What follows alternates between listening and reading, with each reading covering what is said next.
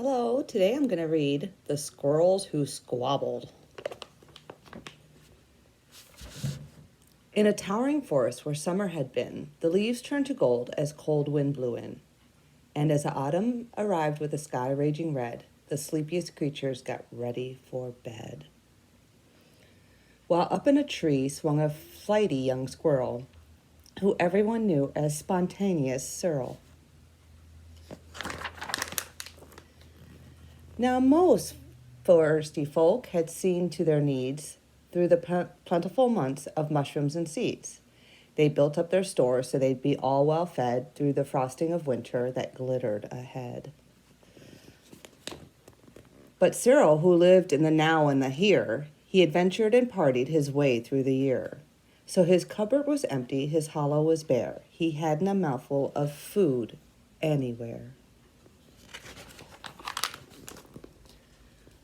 But wait, what was that? Over there, take a look. A single lone pine cone wedged in a nook. He squealed with delight for a very good reason, for inside were the very last nuts of the season. But Cyril wasn't alone. There were more hungry eyes. Yes, plan ahead, Bruce had his sights on the prize. Though he'd gathered fresh treasures of every sort, Bruce was convinced he was one pine cone short.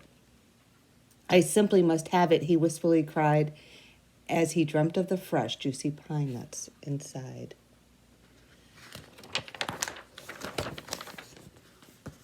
So as Cyril set off on his way to the ground, Bruce, he was also last pine cone bound.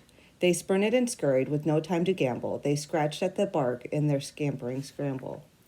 But their panic and haste shook the tips of the spruce, and the pine cone, it trembled, and then it came loose. Both squirrels gave chase at a lightning pace. There was the start of a wild, nutty race. "It's mine," shouted Cyril. "No, mine," hollered Bruce. "You don't stand a chance. Give up. It's no use." "I'm hungry," cried Cyril. "The cone is not yours." "Stay back," shouted Bruce. "The cone's for my stores."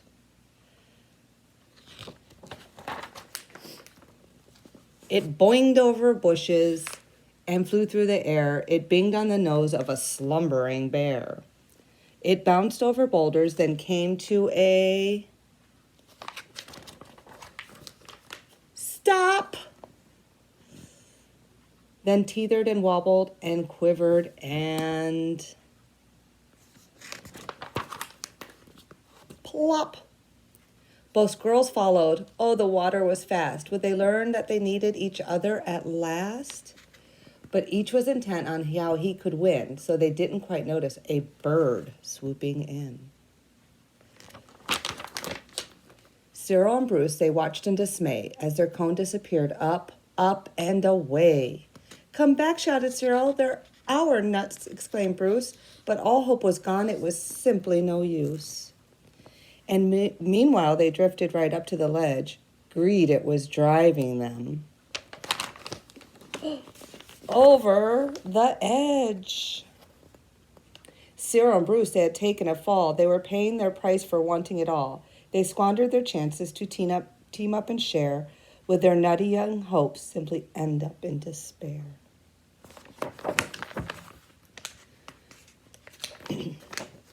Bruised and bedraggled, they swept past dry land. Cyril grabbed at a branch with a trembling hand. Catching Bruce with the other, he heaved and he huffed, and he pulled him to safety with panting and puffs. They dragged themselves up with sputtering wiggles. Then Bruce looked at Cyril and exploded in giggles. "How silly we are," he managed to mutter. "How greedy I've been," he proclaimed with a sputter. "We shall change from today, may the squabbling cease. We should celebrate seeing we're both in one piece." From that day and forward, they made a great pair. They would gather together, and they found they could share. Yes, Cyril and Bruce, they knew in the end the best thing to do is share and laugh with your friend. The end.